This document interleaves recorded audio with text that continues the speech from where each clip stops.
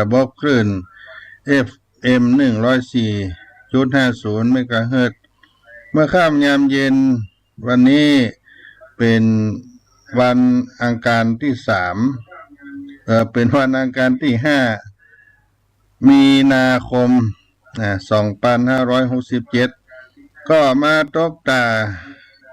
กาละเวลาออกธรรมะของวัดสลีโสดาพระอารามหลวงโดยอาตมภาพท่านพระครูปัญญาสังฆขันธ์หรือท่านพระครูพรหมินทร์ผู้ช่วยเจ้าอาวาสวัดสลีโสดาพระอารามหลวงเป็นตัวแทนคณะพระธรรมจาริกคณะสงฆ์วัดสลีโสดาม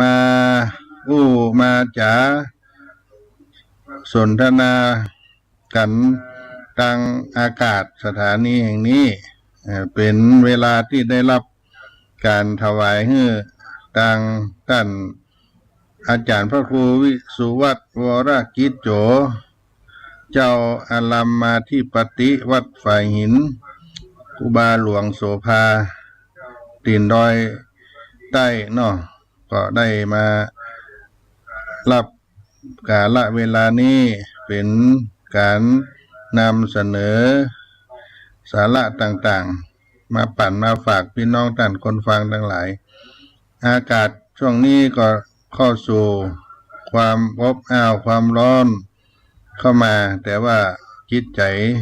พี่น้องคนฟังทั้งหลายก็ยังจุ่มยังเย็นไปด้วยน้ำธรรมคำสอนขององค์สมเด็จพระสัมมาสัมพุทธเจ้าที่ครูบาอาจารย์ทั้งหลายหรือฆราวาสญาติโยมเป็นผู้รู้เป็นนักปราชญ์บัณฑิตนำเอามาปั่นมาฝากตลอด24ชั่วโมงทั้งการลิงก์สัญญาณไปในสถานีอื่นๆด้วยเพราะฉะนั้นก็เป็นนาบุญกับพี่น้องศรัทธาญาติโยมทั้งหลายที่ได้สดับรับฟังได้รู้ข่าวสารความเคลื่อนไหวต่างๆนานาจากครูบาสังฆะผู้เป็นนักปราชญ์ผู้รู้ได้เอามาเผยแพร่มาสื่อสารให้ท่านทั้งหลายได้รับทราบต้นรายการวันนี้ก็จะนำเอาสุภาษิต โบราณล้านนาไทยเอามาปั่นมาฝากกับพี่น้องท่านผู้ฟังทั้งหลายในภาษิตโบราณล้านนาว่าเป็นคำสอนของบรรพชนบรรพบุรุษในวันนี้นำเอาบทที่ว่ากินน้ำอย่าลืมขุดบ่อกินต่ออย่าลืมคนไปเอา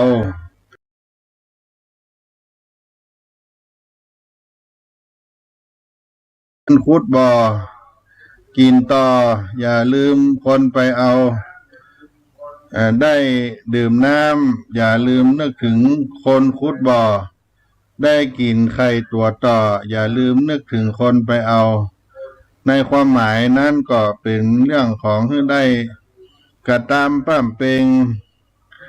ในเรื่องของกตัญญูตธรรมกตัญญูกตเวทีต่อผู้มีพระคุณยามเมื่อกินน้ำอย่าลืมถามหาคนขุดทาราบ่อดินหินสร้างกินต่อก็ตามเพื่องามดังอ้างไผ่ไปเตหังต่อนั้นเพื่อกึดเถิงกุลเนื่องหนุนที่สั้นเป็นเครื่องหมายอันคนดีกะตัญญูตะป้าฮื้อผ่องสีเผ่าผู้โสภีต่อเต้าไปหน้ายามเมื่อกินน้ำอย่าลืมถามหาคนขุดทาราบ่อดินหินสร้างกินต่อก็ตามเพื่องามดังอ้างไผ่ไปเตหังต่อนั้นเพื่อกึดเถิงกุลเนื่องหนุนทีสั้นเป็นเครื่องหมายอันคนดีกะตัญญูตะปาฮื้อผ่องสีเผ่าผู้โสภีต่อเต้าไปหน้าดื่มน้ำคราใดอย่าลืมนึกถึงคนขุดบ่อน้ และยามใดได้กินไข่ต่อเต่งต่อตัวต่อก็ฮึนึกถึงคนไปเอามา การประพฤติเช่นนี้ก็เป็นเครื่องหมายของคนดีกตัญญูตธรรมย่อมนำหนุนฮือผ่องสีงดงามตลอดไปกับตัวเฮาเป็นคนมีความกตัญญูต่อบุพการีชนต่อครูบาอาจารย์ก็เป็นสิ่งที่ดีเป็นเครื่องหมายของคนดีในมวลหมู่มนุษย์มีมากมายคนเฮาทั้งหลายต่างจิตต่างอัธยาศัยกันแต่ว่าบุคคลที่ดีพร้อม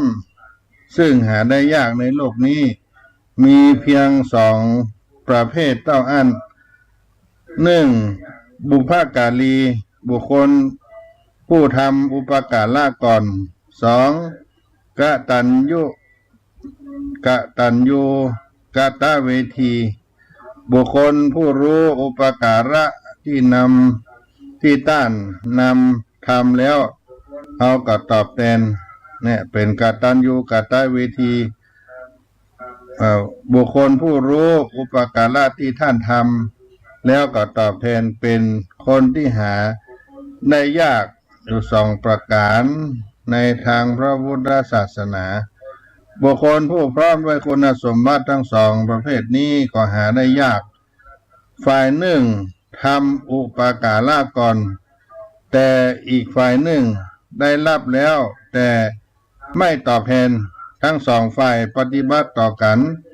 ไม่สม่ำเสมอเพราะคนเฮานั้นถูกอวิชชาตัณหาครอบงำจึงมุ่งแต่ประโยชน์ตนฝ่ายเดียวเมื่อตนได้รับความสุขแล้วบ่คิดแลเหลียวผู้อื่นก็จึงเป็นการยากที่จะเป็นบุพการีส่วนผู้ที่ได้รับอุปการะจากผู้อื่นแล้ว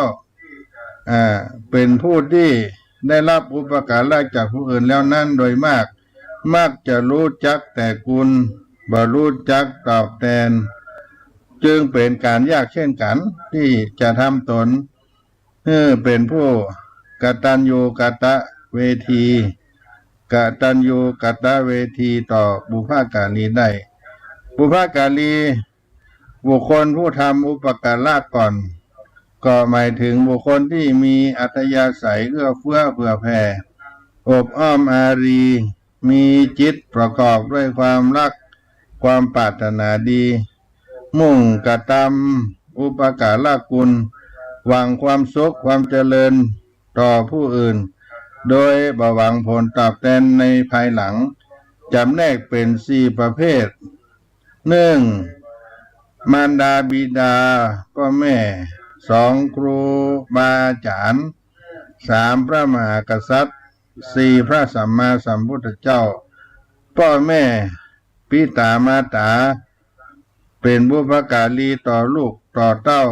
ท่านเป็นผู้ให้กำเนิดชีวิตของลูกเต้าบำรุงเลี้ยงดูเพื่อได้รับความสุขพ่อแม่ก็จะคอยห้ามปรามว่าให้ทำความชั่วจะแนะนำสั่งสอนให้ตั้งอยู่ในความดีให้ศึกษาวิชาความรู้ตามสมควรแก่ฐานะหากู้ครองให้ดีมอบสมบัติทรัพย์สินไว้ให้ในเวลาเหมาะสมนับว่าพ่อแม่เป็นผู้มีพระคุณอันใหญ่หลวงอนันต์อเนกครูอาจารย์ครูบาอาจารย์ก็ดีเป็นบุพการีของลูกศิษย์เพราะเป็นผู้อนุเคราะห์ลูกศิษย์โดยการแนะนำพร่ำสอนต่อจากปิตามารดาพ่อแม่ศิษย์รู้ว่าสิ่งใดดีมีประโยชน์สิ่งใดบ่ดีบ่มีประโยชน์มีโทษอันใดควรหรือบ่ควรที่จะประพฤติที่จะทำนี่เป็นครูบาอาจารย์ที่ต่อจากพ่อจากแม่อันที่สามถัดมาพระราชามหากษัตริย์เป็นบุพการีของพระศกนิกรเพราะทรงเป็นผู้ประกอบด้วยพรหมวิหารธรรมบำเพ็ญทศพิธราชธรรม พระองค์ได้วางตนเหมาะสมอดทนต่อกิเลสและทุกข์นานานาประการบ่ทรงติ้วโกรธโดยไร้เหตุผลไม่ทรงเบียดเบียนให้ได้รับความเดือดร้อนไม่ทรงประพฤติผิดทำนองครองธรรมทรงปกครองพระสงฆ์นิกรโดยบัดลำเอียงและมุ่งประโยชน์สุขต่อประชาชนเป็นสำคัญนี้เป็นพระราชามหากษัตริย์อันสุดท้ายก็ได้แก่ที่ไหวที่สาคือองค์สมเด็จพระสัมมาสัมพุทธเจ้าเป็นบุพการีของพุทธบริษัททั้งหลายเพราะพระองค์มีพระมหากรุณาคุณแก่พุทธบริษัทอย่างใหญ่หลวงเมื่อพระองค์ได้ตรัสรู้เป็นพระสัมมาสัมพุทธเจ้าแล้วก็ทรงเมตตาแสดงธรรมสั่งสอนสรรพสัตว์ให้ได้รู้แจ้งเห็นจริงด้วยโอวาทอันเป็นหลักสำคัญ3ประการสอนพระองค์ทรงสอนให้ละความชั่วทุกอย่างและพระองค์สอนให้บำเพ็ญกระทำความดีทุกประการและพระองค์ก็สอนให้ทำจิตของตนให้ผ่องแผ้วปราศจากกิเลสทั้งหลายทั้งปวงนี่ก็เป็นคุณแห่งองค์สมเด็จพระสัมมาสัมพุทธเจ้าที่เป็นบุพการีทั้ง4ประการความกตัญญูกตเวทีเป็นผู้รู้อุปการะที่ท่านทำแล้วได้ทำตอบแทนท่านบุคคลที่รู้จักบุญคุณผู้อื่นที่ทำแล้วแก่ตนโดยรู้คุณค่าแห่งการทำความดีของผู้อื่นและกระทำตอบแทนแสดงออกด้วยว่าวิธีที่สุจริตธรรมเป็นการปูชาคุณโดยความดีของท่านแล้วก็มุ่งทำตอบแทนในภายหลังเป็นการประกาศเปิดเผย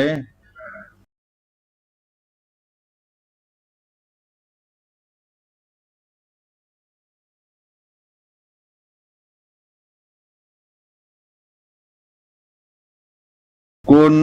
ของบุพการีให้ผู้อื่นรู้ว่าลือลุมบุญคุณของท่านตั้งใจควรขวายกระทำตอบแทนคุณแห่งท่านบุคคลเช่นนี้ก็ชื่อว่าเป็นกตัญญูกตเวทีได้มีการจำแนกบุคคลเช่นนี้เป็นกตัญญูกตเวทีก็แบ่งเป็น4ประเภทตรงกับบุพการี4ประเภทจัดเป็น4กู้บุพการี4ประเภท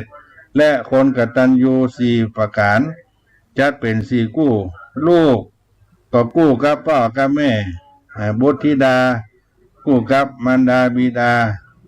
ศิษย์กู้กับครูอาจารย์พระสงฆ์นิกร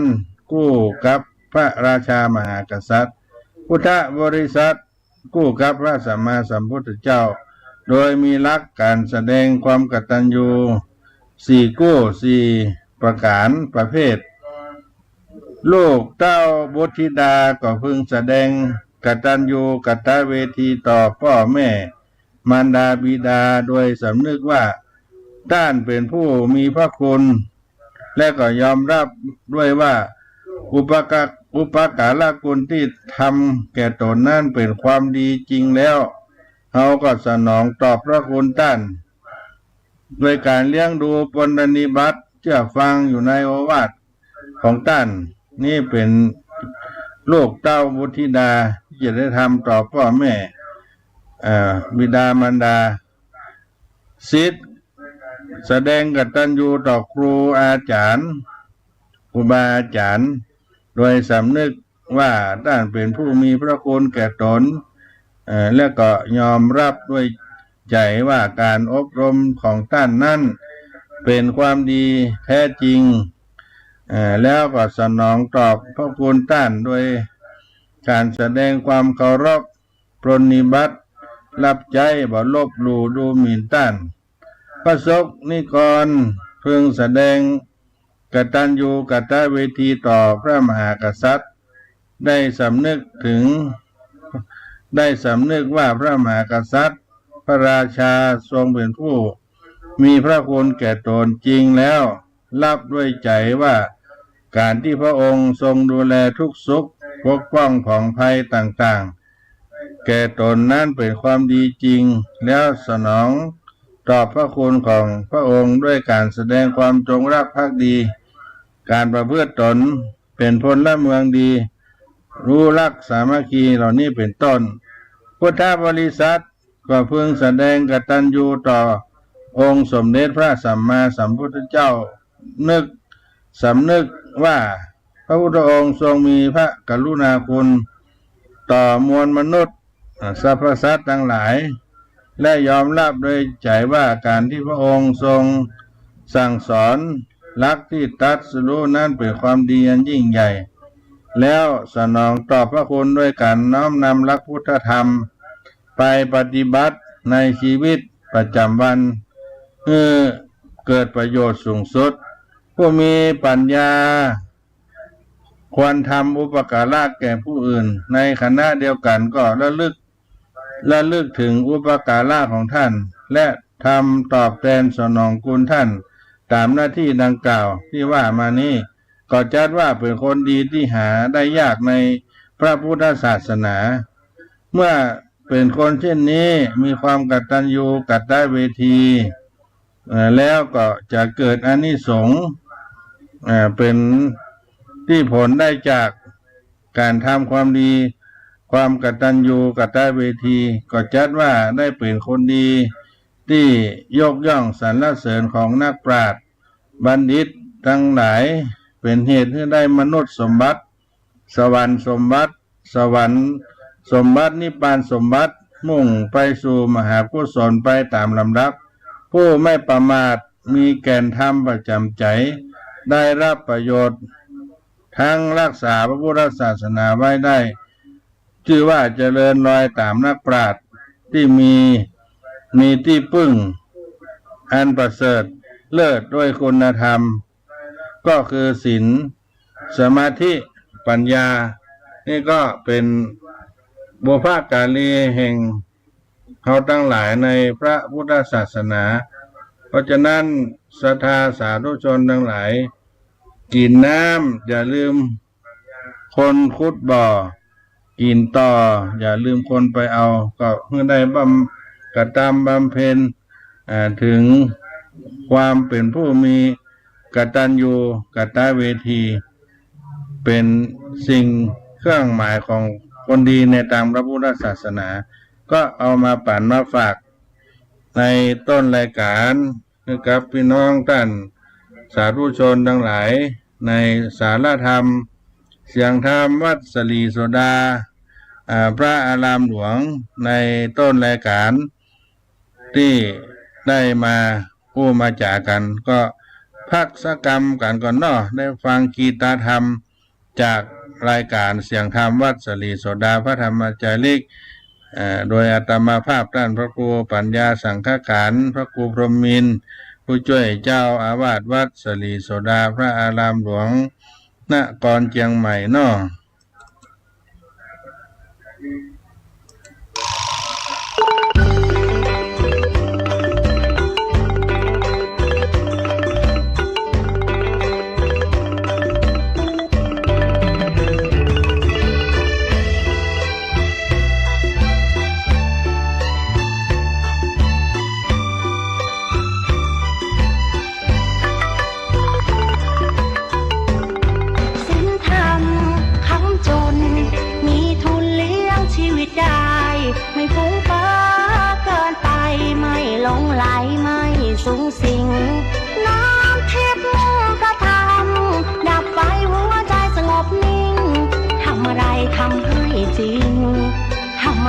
ทำให้จริง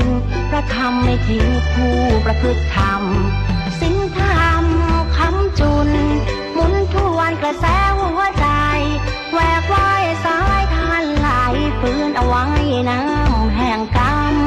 ตื่นเถิดชาวพุทธช่วยกันหยุดลัทธิอธรรมทำดีต้องรีบท รีบทำชีวิตเพรียงพร้ำจะทำไม่ทันศีลธรรมค้ำจนโลกหายเศร้าโศกหายโรคภัยหายเคราะห์เสนียดจันไร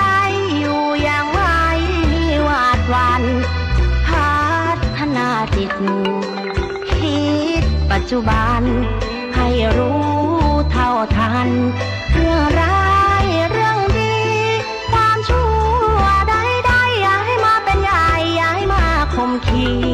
รวมแรงรวมใจกล้าหาญฝึกตนทุกด้านสร้างบารมีคัดค้านสิ่งไม่ดีชดใช้หนี้เวรกรรมบุญคุณทดแทนความแค้นต้องให้อภัยผิดพลาดต้องแก้ไขไม่ถือว่าใครเป็นศัตรูบูรพาคณาจารย์ท่านอาจหาญไม่มีใครสู้ดินกลบหน้าให้ทุกคนดูดินกลบหน้าให้ทุกคนดูสูงสุดคืนสู่สามัญ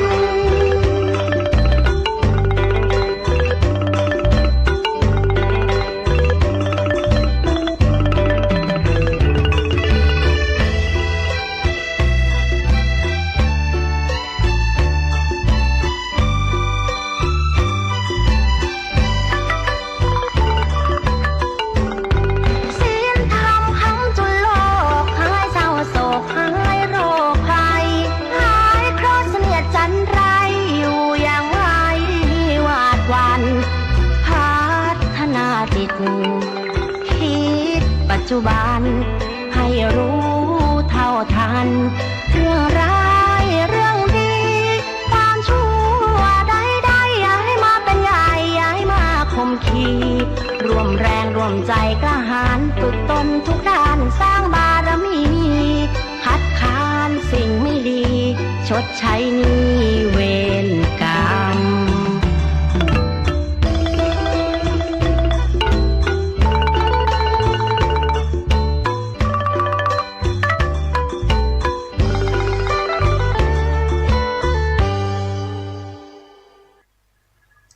มาถึงช่วงที่สองสาระธรรมวัดสลีโสดาพระอารามหลวงจังหวัดเชียงใหม่โดยอาตมาภาพท่านพระครูปัญญาสังฆการได้มาเป็นผู้ดำเนินรายการพบปะพี่น้องศรัทธาสาธุชนพุทธบริษัททั้งหลายได้มามาจากันช่วงบ่ายก็ได้ถึงเรื่องพระบรมสารีริกธาตุอรหันตธาตุที่เปิ้นได้อัญเชิญอาราธนาเข้ามาสู่ประเทศไทยจากประเทศอินเดีย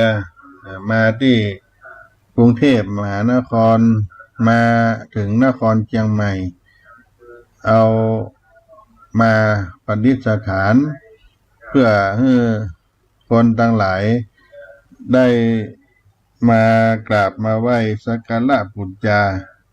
พระบรมสารีริกธาตุอรหันตธาตุเป็นอันหยังก็คืออันหยัง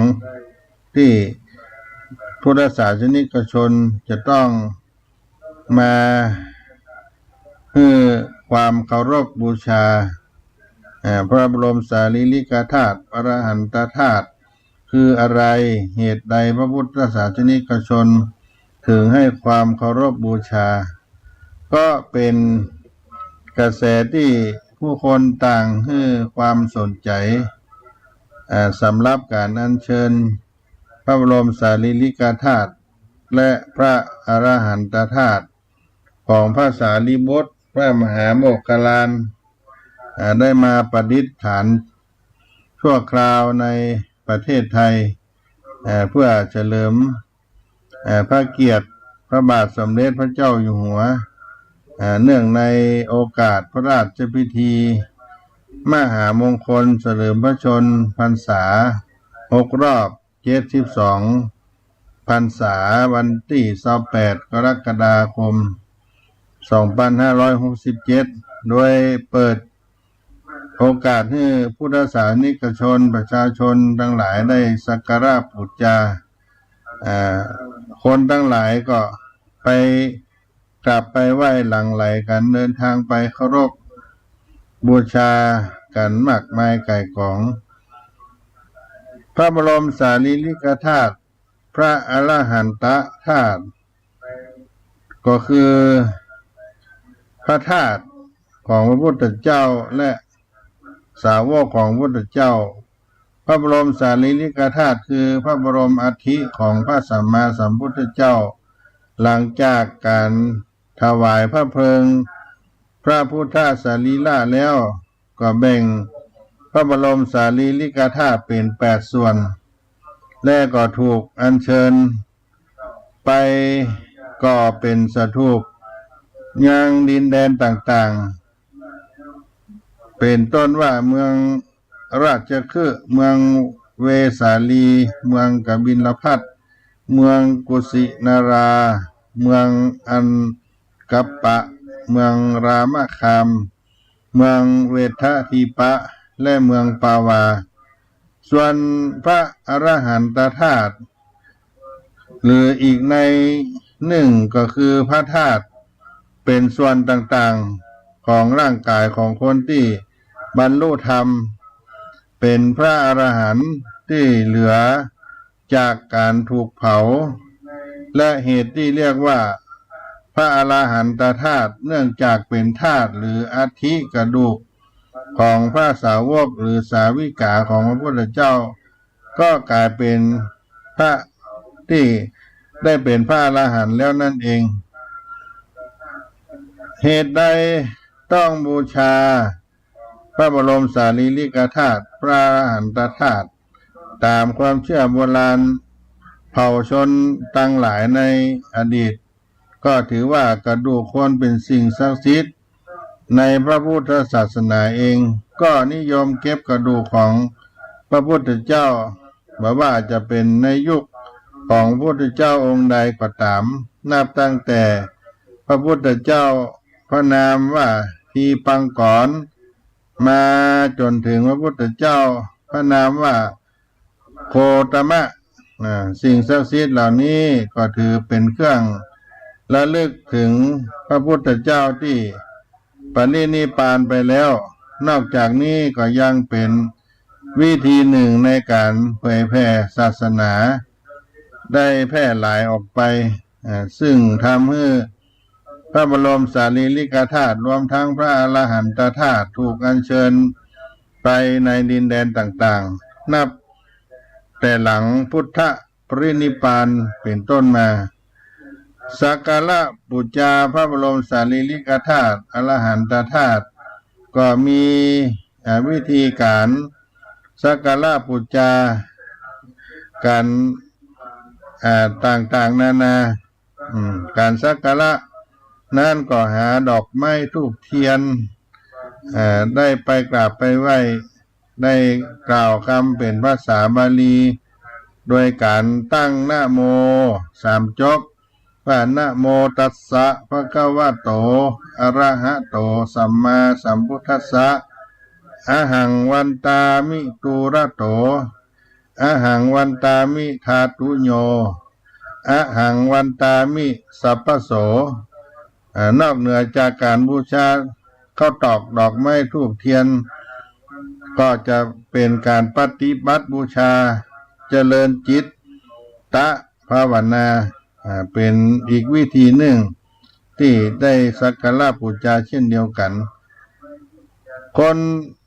ตั้งหลายประชาชนเฮาได้กราบสักการะบูชาพระอรหันตธาตุพระอรหันตธาตุพระบรมสารีริกธาตุอรหันตธาตุที่ได้อัญเชิญมาตั้งแต่ในโครงการธรรมยาตราพระบรมสารีริกธาตุจากมหานาทีคงคาสู่ลุ่มน้ำโขงจากอินเดียมาประดิษฐานชั่วคราวในมณฑลพิธีต้องสนามหลวงตั้งแต่วันที่24 กุมภาพันธ์ 2567 สิ้นสุดลงวันที่3 มีนาคม 2567 ที่ผ่านมาจากนั้นพระบรมสารีริกธาตุอรหันตธาตุพระสัมมาสัมพุทธเจ้าอัครสาวกเบื้องซ้ายเบื้องขวาก็ได้อัญเชิญไปแถม3ที่ก็คือภาคเหนือที่หอคำหลวงอุทยานหลวงขวางราชพฤกษ์อุทยานหลวงราชพฤกษ์จังหวัดเชียงใหม่วันที่5 ถึง 8 มีนาคม 2567 ก็ตั้งแต่เวลา 9 โมงถึง 2 ทุ่มเป็นต้นไปในภาคตะวันออกเฉียงเหนือภาคอีสานวันที่10 ถึงวันที่13 มีนาคม 2567 เวลา 9 นาฬิกาถึง 20 นาฬิกาที่วัดมหาวนารามจังหวัดอุบลราชธานีลงไปถึงภาคใต้วันที่15 ถึง 18 มีนาคม พุทธศักราช 2567 ก็เวลา 9 โมงถึง 2 ทุ่มที่วัดมหาธาตุวชิรมงคลจังหวัดกระบี่นี่ก็เป็นการอัญเชิญพระบรมสารีริกธาตุเข้ามาเป็นมังคลาเป็นมงคลของเมืองไทยประเทศไทยเพราะฉะนั้นก็ไปกราบไปไหว้กันตามที่อาตมาภาพได้จ่าไปเพราะว่าพระบรมสารีริกธาตุนั่นเป็นพระธาตุเป็นบูชนียธาตุอันทรงคุณค่าสำหรับพุทธศาสนิกชนก็เป็นธาตุที่เกิดขึ้นจากการปฏิบัติธรรมขององค์สมเด็จพระสัมมาสัมพุทธเจ้าจนกระทั่งได้บรรลุพระสัมมาสัมโพธิญาณตรัสรู้เป็นพระพุทธเจ้าเป็นสิ่งสำคัญในการโน้มน้าวดึงดูดจิตใจของผู้มีศรัทธาให้เกิดความเลื่อมใสในพระพุทธศาสนาเหตุที่เกิดพระบรมสารีริกธาตุอันทรงคุณค่าสำหรับพุทธศาสนิกชนเป็นจำนวนมากพระบรมสารีริกธาตุจำนวนมากขึ้นนั้นเกิดจากพุทธประสงค์องค์สมเด็จพระสัมมาสัมพุทธเจ้าก่อนที่พระพุทธองค์จะเสด็จดับขันธปรินิพพานซึ่งเป็นซึ่งพระพุทธองค์ก็ซึ่งพระพุทธเจ้าองค์ปัจจุบันนี้พระสมณโคดมพระโกตมะเจ้านี้พระองค์ทรงเล็งเห็นว่าพระองค์มีเวลาการปฏิบัติพุทธบรกิจเพียง45 พรรษาก็นับว่าน้อยมากเมื่อเทียบเท่ากับพระพุทธเจ้าองค์ก่อนๆที่พระพุทธเจ้าองค์ก่อนๆได้อุบัติขึ้นมาหมู่สัตว์ทั้งหลายเกิดมาบัดตันสมัยพระองค์มีมากนักหากได้อัฐิธาตุของพระองค์ไปอุปถากบูชาจะได้บุญเป็นกุศลเป็นมังคลามงคลมากพระองค์ก็จึงอธิษฐานให้พระบรมสารีริกธาตุของพระองค์แตกย่อยลงเป็น3 สันฐานรวมได้แล้วก็เป็น8 ทนาน8 เข่งได้กระจายไปทั่วที่สานุทิศในชมพูทวีปการที่พระบรมสารีริกธาตุนั้นประดิษฐานอยู่ในโลกทำให้เฮาเชื่อมั่นว่าพระพุทธเจ้านั้นอยู่กับเฮาตลอดได้ตั้งมั่นอยู่กับเฮาตลอดไปแม้พระองค์จะเสด็จดับขันธปรินิพพานไปนานแล้วก็ตามพระบรมสารีริกธาตุก็จึงเป็นที่ยึดเหนี่ยวจิตใจของพุทธศาสนิกชนช่วยให้มีการสืบทอดอายุพุทธศาสนาให้ยืนยาวไปในอนาคตไปหน้าพระบรมสารีริกธาตุก็คืออธิธาตุขององค์สมเด็จพระสัมมาสัมพุทธเจ้าจะแตกต่างจากจะแตกต่างจากอธิธาตุของอริยสาวกะและบุคคลทั่วไป มีอยู่3 ขนาดพระบรมสารีริกธาตุขององค์สมเด็จพระสัมมาสัมพุทธเจ้าพระอธิธาตุขนาดเล็กประมาณเม็ดพันธุ์ผักกาดมีสีดังดอกมะลิตูมอันนี้ขนาดเล็กขนาดกลางเต้าเม็ดข้าวสารฮักเกิงมีสีดังแก้วมุกดาขนาดใหญ่ประมาณเต้าเม็ดถั่วเขียวผ่าซีกมีสีดังทองอุไรมีอยู่มีอยู่3 ขนาดญาติโยมทั้งหลายขนาดเล็กขนาดกลางขนาดใหญ่พระบรมสารีริกธาตุของพระพุทธเจ้าเต้าเม็ดผักกาดเต้าข้าวสารฮักเกิงเต้าเม็ดถั่วเขียวผ่าซีกมีวรรณะก็ต่างกันไปถ้าเป็นพันธุ์ผักกาดก็สีดอกมะลิตูมเต้าเม็ดข้าวสารฮักเกิงก็สีดังแก้วมุกดาเต้าเม็ดถั่วเขียวผ่าซีกจะมีสีดังทองอุไรความศักดิ์สิทธิ์และการอัญเชิญพระบรมสารีริกธาตุนั้นพระบรมสารีริกธาตุศักดิ์สิทธิ์สามารถเพิ่มหรือลดจำนวนได้เองโดยสามารถเสด็จไปไหนมาไหนได้เองแม้ว่าจะบรรจุในภาชนะที่ปิดสนิทดีสักเท่าใดก็ตามก็เชื่อว่าหากผู้กราบไหว้สักการะบูชาบัดดูแลรักษานำไปปฏิสถานไว้ในสถานที่เหมาะสมควรขาดการถวายความเคารพนับถือการสักการะบูชาแล้วพระบรมสารีริกธาตุอาจเสด็จหายหนีจากสถานที่นั้นๆก็เป็นไปได้โดยทางตรงกันข้ามถ้าหากว่าได้ปฏิบัติบูชาอย่างดีมีการสักการะกราบไหว้ด้วยกายด้วยวาจาด้วยใจมีความสะอาดบริสุทธิ์ในศีลธรรมพระบรมสารีริกธาตุก็จะอาจเพิ่มจำนวนได้วิธีที่จะสักการะบูชาอัญเชิญก็ได้มีวิธีการที่นักปราชญ์โบราณเพิ่นได้มีข้อปฏิบัติไว้ว่า1. จัดที่บูชาให้สะอาด 2. ตั้งขันตั้งพานใส่ดอกไม้ธูปเทียนหรือว่ามีดอกมะลิยิ่งดีเอาไว้สักการะบูชา 3. นำน้ำที่สะอาดบริสุทธิ์ใส่ขันสำริดใส่สลุงหลวงก็ได้ตั้งไว้หน้าที่บูชาเป็นวิธีโบราณ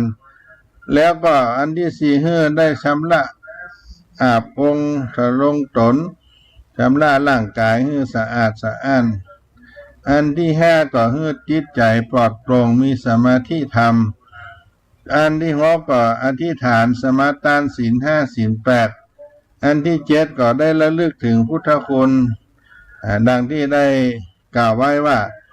ตั้งนะโม3 จบแล้วก็สวดสรรเสริญพุทธคุณว่าอิติปิโสภควานะมามิหังตังภควันตังปรมะสารีริกธาตุยาสัทถิงอรหังสัมมาสัมพุทโธวิจาจรณสัมปันโนสุขโตโลกวิโตอนุตตโรปุริสะตัมมะสารถิสัทธาเทวมนุษย์สนัง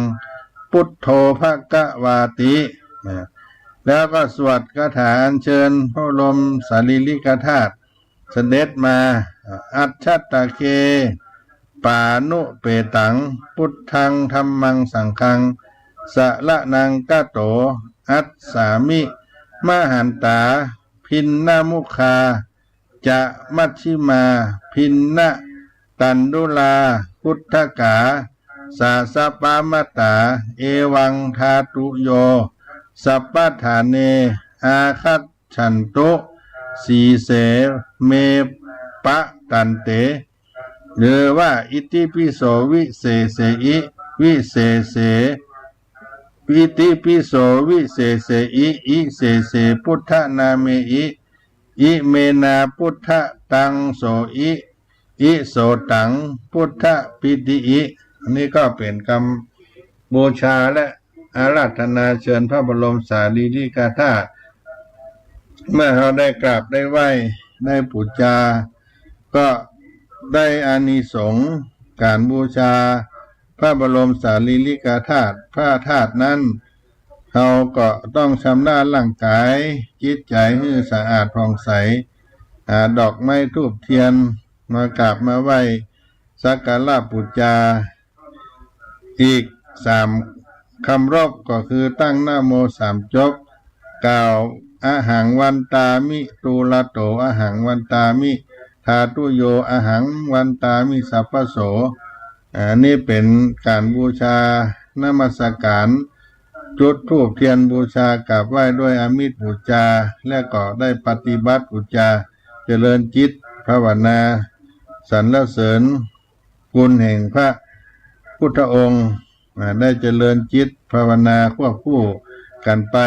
เป็นวิธีที่พุทธองค์ทรงสรรเสริญเป็นอีกวิธีหนึ่งที่ควรปฏิบัติ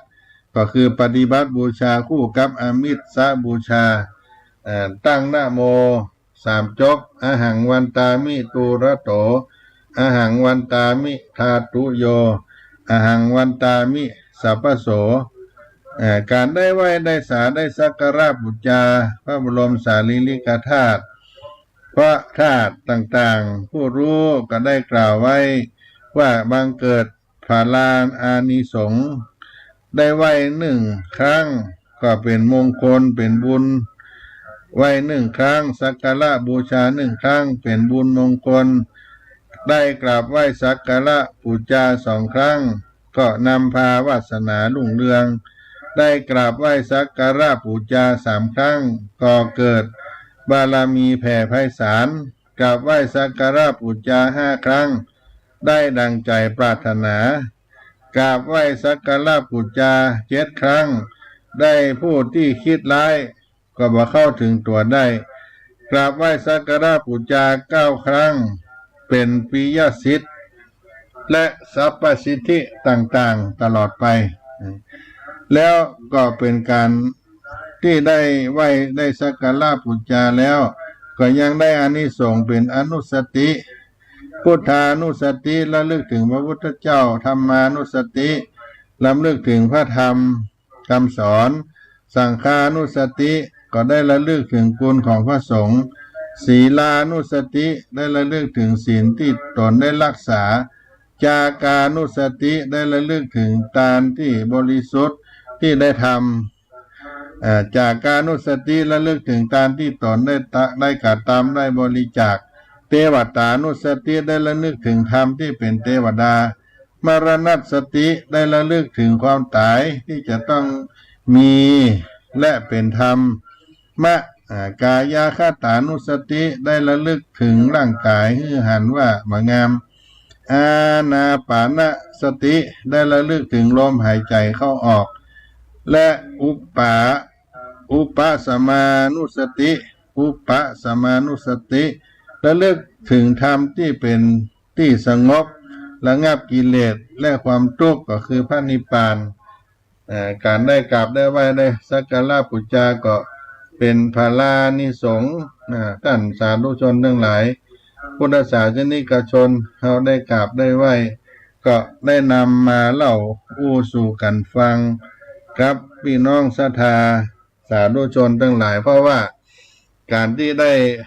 กราบได้ไหว้ได้สาบูชาต่อบุพการีก็คือองค์สมเด็จพระสัมมาสัมพุทธเจ้ามีพระกรุณาคุณอันใหญ่หลวงที่เราได้กราบได้ไหว้ตลอดถึงครูอาจารย์พ่อแม่เป็นบุพการีที่เราได้บูชาชีวาจะมีมังกรมงคลได้บูชาได้สักการะนบน้อมต่อบุพการีก็ต่อบุคคลที่เจริญด้วยชาติตระกูลด้วยวัยด้วยกุลซึ่งมีการบูชาที่ได้กล่าวไปว่า อามิสาปุจจาด้วยดอกไม้ธูปเทียนสิ่งของต่างๆนานาและปฏิบัติบูชาได้บูชาด้วยการปฏิบัติตามคำสอนในทางพระพุทธศาสนาที่ถูกต้องที่กล่าวไว้ว่าคนที่ควรบูชาก็คือบุคคลที่มีพระคุณอันสูงส่งมีองค์สมเด็จพระสัมมาสัมพุทธเจ้าเป็นเก้าเป็นประธานพระราชามหากษัตริย์บิดามารดาครูอาจารย์ครูบาอาจารย์อุปชายะก็ดีการบูชาบุคคลผู้ควรบูชาย่อมจะเป็นผู้เชื่อฟังเมื่อเชื่อฟังแล้วย่อมปฏิบัติตามเพราะการบูชาผู้บุคคลที่ควรบูชาด้วยการเชื่อฟังและปฏิบัติอยู่ในความดีนั้นก็เป็นมังคละเป็นมงคลกับตนกับตัวของเราเพราะฉะนั้นผู้ที่ได้กราบได้ไหว้บูชาก็เป็นสิริเป็นมังคละได้สักการะบูชาเขาจะอยู่ที่บ้านก็ได้ญาติโยมได้กราบได้ไหว้ได้สักการะบูชาต่อพระพุทธเจ้าพระธาตุเจดีย์นานาต่างๆที่ได้กล่าวไปนั่นก็ถือว่าเป็นสิริมังคละเป็นมงคลกับตนกับตัวของเราเพราะฉะนั้นญาติโยมท่านสาธุชนท่านทั้งหลายได้กราบได้ไหว้ก็เป็นสิ่งที่เป็นมังคละอาตมาภาพก็นำเอามาเล่าอู้สู่กันฟังกับพี่น้องศรัทธาทั้งหลายถ้ามีโอกาสได้มากราบมาไหว้ก็อยู่ที่บ้านประพฤติปฏิบัติมีรูปมีภาพที่ได้เป็นสิ่งมงคลเป็นรุ่นว่าพระพุทธรูปพระธาตุเจดีย์ก็เอาไปกราบไปไหว้ไปสักการะบูชาให้เกิดความเป็นมังคละวันนี้ภาคบ่ายได้อู้ถึงเรื่องการบูชาพระธาตุในคำเชื่อของดินแดนล้านนาก็เวลาก็บัดตันก็จะได้มาอู้จากันในวันต่อไปพี่น้องท่านสาธุชนได้รู้ว่าพระธาตุประจำปีเกิดอย่างต่างๆที่ควรได้สักการะบูชาก็จะได้นำเอามาอู้มาจากครับพี่น้องสาธุชนคนฟังทั้งหลายได้กินได้ทานได้ไหว้ได้สาต่อสิ่งที่เป็นมังคละเป็นมงคลถวายทานต่างๆนานาก็เพื่อได้อยู่ร่วมเย็นเป็นสุขกับพี่น้องศรัทธาท่านทั้งหลายโดยเฉพาะพระธาตุเจดีย์ที่เฮาเคารพนับถือกันทั่วบ้านทั่วเมืองนั่นก็เป็นสิ่งที่ได้เกิดความเป็นพุทธานุสติกับเฮา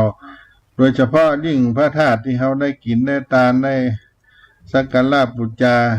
เฮาก็อยู่ในบุญในกุศล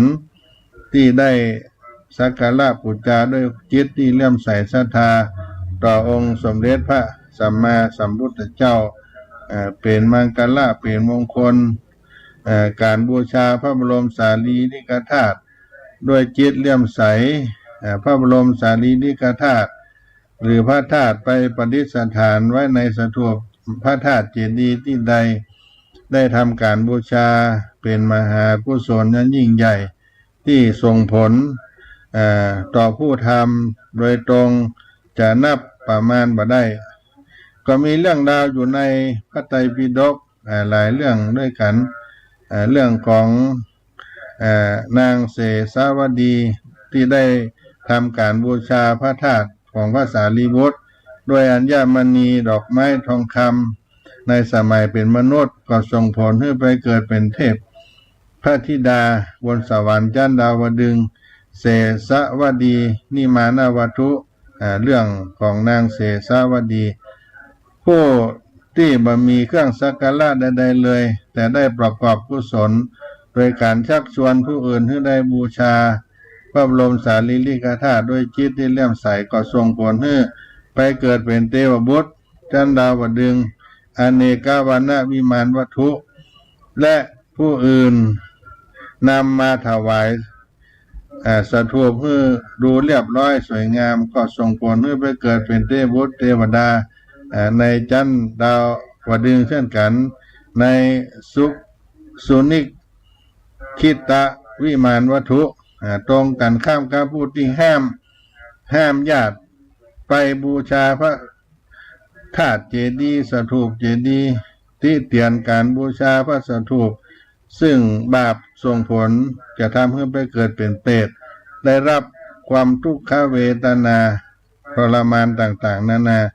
ดังนี้เป็นต้นการบูชาพระบรมสารีริกธาตุด้วยจิตใจเลื่อมใสมีอานิสงส์เสมอกับการบูชาพระสัมมาสัมพุทธเจ้าในขณะที่พระองค์ยังทรงมีพระชนม์อยู่ด้วยอานิสงส์อันได้ไป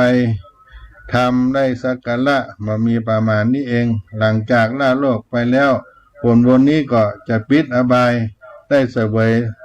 ที่พยสมบัติในเทวโลกเป็นเจ้าจักรพรรดิสมบัติในมนุษยโลกวนเวียนอยู่แต่ในสุคติภูมิจนกระทั่งได้บรรลุมรรคผลนิพพานเป็นต้นก็ขอบุญกุศลที่พ่อแม่ศรัทธาเฮาท่านทั้งหลายได้กระทำปั้มเป็นกันขอให้ได้เป็นพลวะปัจจัยวันนี้สารธรรม